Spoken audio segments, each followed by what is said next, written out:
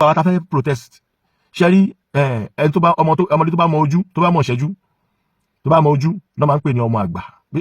ọmọ àgbà lọmọ yìí ó mọ ojú. Ìjọba àpapọ̀ ń try láti sọ fún yín ni pé kẹ́ ẹ má gbé ọkàn lórí petrol mọ́, ẹ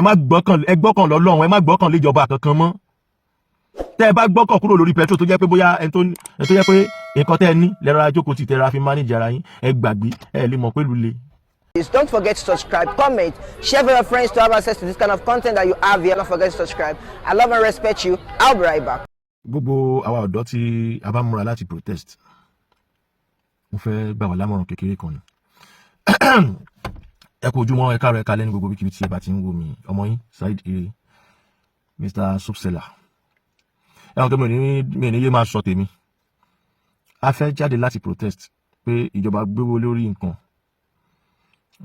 Torí àwọn ló fà á tí gbogbo ẹ̀ tó lè kálukú náà fi gbéwó lórí bísínẹ́sì tiẹ̀ náà, because kò sẹ́ni tó fẹ́ ṣòwò short. Tó bá gbéwó lórí bísínẹ́sì ẹ̀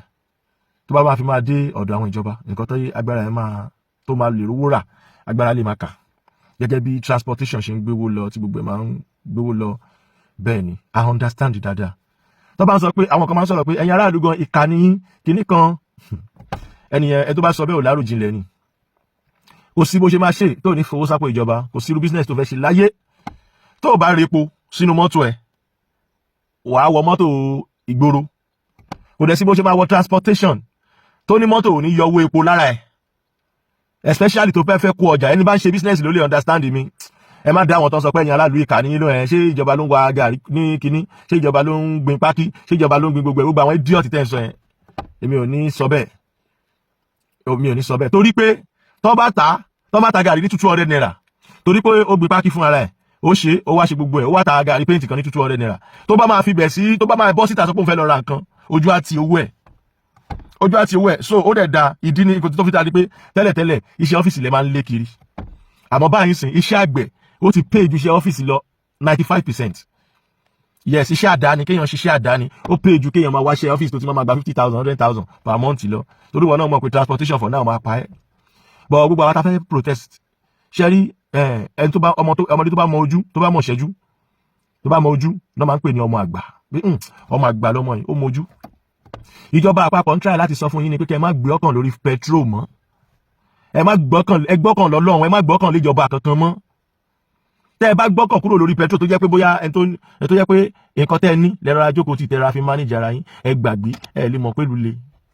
ẹ lè mọ̀. For example now, èmi ní farm, kò yé yín. Now mo ní mọ́tò tí mo repo sí, tó bá ti yàtọ̀ sí pé kí n repo sí mọ́tò yẹn, kò tún sí nǹkan mi tí mo repo sí, mo ti dọ́gbọ́n sọ́ra ara mi níwọ̀nba. Tá bá sọ pé iná ìjọba àmúnádé, ẹ lè wá inverter kékeré kan àbí solar kékeré kan kí ẹ máa fi manage ara yín kí ẹ̀mí yín lè gùn. Ẹ má wò mí pé mo ń sọ̀rọ̀ pé bí a ti cover ìjọba kọ́, kò sí nǹkan tó kọ́ mi pẹ̀lú àwọn olórí burúkú wí gbogbo yẹn, but kẹ́mi yín lè gùn. Torí tí a bá ní ká wo dídùn fún ahọ́ra dé egun, nǹkan tó ń ṣèyàn ní country téèyàn bá ń rò ẹni ẹ lè máa wọ́n lẹ́nìkan pokùnso lẹ́nu ọjọ́ mẹ́ta yìí. Mo ní ìgbà tó ń send video ẹ̀ sí mo ní wo ayé ló sún òun o, ta ló fún létí ẹ̀ mọ́ ẹ̀, ẹni tó send video sí mi rẹ́rìn ó ní ọ̀dà Saheed ti bẹ̀rẹ̀ sí yín ni ọgbẹ́ni ta ló fún létí ẹ̀ mọ́ ẹ̀ járe káti ẹ̀ gẹ́tì ẹ̀ kárí nǹkan fi ṣe wọ́n ní kíní kan ṣé èèyàn tó fẹ́ kú, ṣé kò mọ̀ kó ń fẹ́ kú ló yẹ kó ti prepare ara ẹ̀ tẹ́lẹ̀ náà. So nǹkan tó ń fẹ́ máa gbọ́ ni ẹ̀ pé I prepare myself before you go, so don't just kill yourself for nothing. Ó lè wá fún mi létí ẹ̀ mọ́ ẹ̀ tó bá fẹ́ kú, kò sí wàhálà, mo wà available láti gbà ń tèmi. Ẹ̀yin tẹ́ bá fẹ́ protest, ẹ mọ reason tẹ́ máa fi protest o. Ẹ jẹ́ kí gbogbo wa pátápátá, mo support protest yẹn o, but protest tá a bá fẹ́ ṣe gbọ́dọ̀ ní reason o. Ìwọ tó fẹ́ protest ṣàgbẹ̀ ni ẹ, ṣé orí nǹkan oko ẹ ta ni? Tó bá jẹ́ pé yẹn ni fine. Fúlàní ṣó ń disturb yín, kò jẹ́ kẹ́ ẹ ráyè ṣiṣẹ́, ṣé yẹn ni mo support. Iṣẹ́ generator ló ń ṣe, kò wá síbi ìjọba ò gbà ẹ́ láyè láti repair generator yẹn pẹ̀lú àwọn customer ẹ̀. Tó bá protest yẹn fine. Torí everything ló ti give àwọn bricklayer wọ́n increase owó wọn, tẹ́lẹ̀tẹ́lẹ̀ wọ́n gba 5,000 báyìí nísìnyí báyìí ó dà pé 6,000 àbí 6,500 or 7,000 náà ń gbà, ó depend lórí location. So tá a bá fẹ́ protest a gbọ́dọ̀ ní reason, ṣé Tinubu ló ń ṣe wá, ṣé ìjọba àpapọ̀ ló ń ṣe wá, àbí ibi tá a gbọ́kàn sí tá a rò pé ẹni tá a rò pé a lè fẹ̀yìntì ló ń fún wa ní pain. Mi ò wá ní sọ pé kẹ́ ẹ má ṣe, but ṣáà ní reason, torí tó bá di pé bóyá ó fẹ́ Ọlọ́run má jẹ́ kó di ibi tí ẹ sàs yẹn o. I'm here to save life, but tó bá béèrè lọ́wọ́ ẹ pé kí ni reason tó fi wá protest, o gbọ́dọ̀ rí nǹkan ṣàlàyé o. You must get a good reason before you come out. You must get a good reason, because Yoruba nation tí mo ṣe mo ní reason lé lórí o. kódà gbogbo àwọn ọba gbogbo àwọn àgbàlagbà tí mo bú gbà yẹn tí mo ní kán dáríjì mí ara ajé ló ta mí because wọn lè máa jíyàn pé kán máa pààyàn kán máa disturb àwọn àgbẹ̀ wa káàdẹ̀ dákẹ́ ká máa wò èmi ní reason o mo lè sọ ọ́ anywhere the reason tí mo fi ṣe so gbogbo àwọn tá a bá fẹ́ protest ẹ jẹ́ ká ní reason o ẹni tí ò níṣẹ́ lọ́wọ́ tí ò níbi tó ń lọ tó wá ń protest ó máa lọ fún àtọwọ́ bá tẹ̀ ẹ́ o ẹ má bínú bí mo ṣe ń sọ̀rọ̀ ìbọn to save life láti má jẹ́ káwọn kan ṣẹ̀wọ̀n àwọn tó pa lẹ́sà kò sí nǹkan tó tẹ̀yìn ẹ̀ wá o ẹ jẹ́ ká rò ó dáadáa o ẹ rí pé mi ò wọṣọ bí mo ṣe ń sọ̀rọ̀ yìí ẹni tó bá wá wo ọ̀rọ̀ mi bí ọ̀rọ̀ òmùgọ̀ wẹ́ tó bá dọjọ́ òun náà àmọ́ my brother my sister tó bá come across video mi if you love your life o bí mo fẹ́ jèrè àwọn ọmọ ẹ o fẹ́ kẹ́mi ẹ̀gùn ṣé o mọ̀ pé zoo ní Nàìjíríà tẹ́lẹ̀ ra fèsì iṣẹ́ ẹ jẹ́jẹ́ kó jókòó ara ẹ bẹ́ẹ̀ ni fèsì iṣẹ́ ẹ kó jókòó ara ẹ abánidá ò kí ń bá ní dé bẹ́ẹ̀ gbogbo àwọn tó bú májà sọ láǹgbà yẹn wọ́n padà kábàámọ̀ ẹ o so mo fẹ́ bẹ̀ yín you must get a good reason before you come out to protest tó bá jẹ́ pé lórí epo náà ni fine any reason títí yín tó fi consign yín pẹ̀lú fuel ẹ̀yin ní reason so me against anything mo kàn mú àmọ̀ràn wá ní ẹlẹ́ẹ̀kẹta ẹ̀yin tẹ́ bá fẹ́ jáde láti protest ẹ mí nǹkan o ẹ ṣayẹta o kẹ́ ẹ tọ́jú ara yín o mo mọ̀ pé ọjọ́ tí ń súnmọ́ bọ̀ ló yẹ kí n sọ̀rọ̀ yìí ẹ ṣayẹta kẹ́ ẹ mí nǹkan dáadáa kẹ́ ẹ tọ́jú ara yín o did you hear me ẹ ṣayẹta ẹ ṣe àfẹ́rí ẹ ṣe nǹkan gidi torí ìjọba tó wà ń bẹ̀ ìjọba wèrè ni o ṣé ẹ dẹ̀ mọ̀ pé ọmọ náà là ń rán síná I think you will understand this my message I don't go against anything but before you come out to protest abi to do anything against government the government especially this government tó wà ń bẹ̀ you must get a good reason no I see people that come outside that is why I come outside kò sọ̀rọ̀ ń bẹ̀ o kò sọ̀rọ̀ ń bẹ̀ yẹn o you see that we come out for separation of the country or we come out for solution kí ni solution màá wá sọ solution fún yín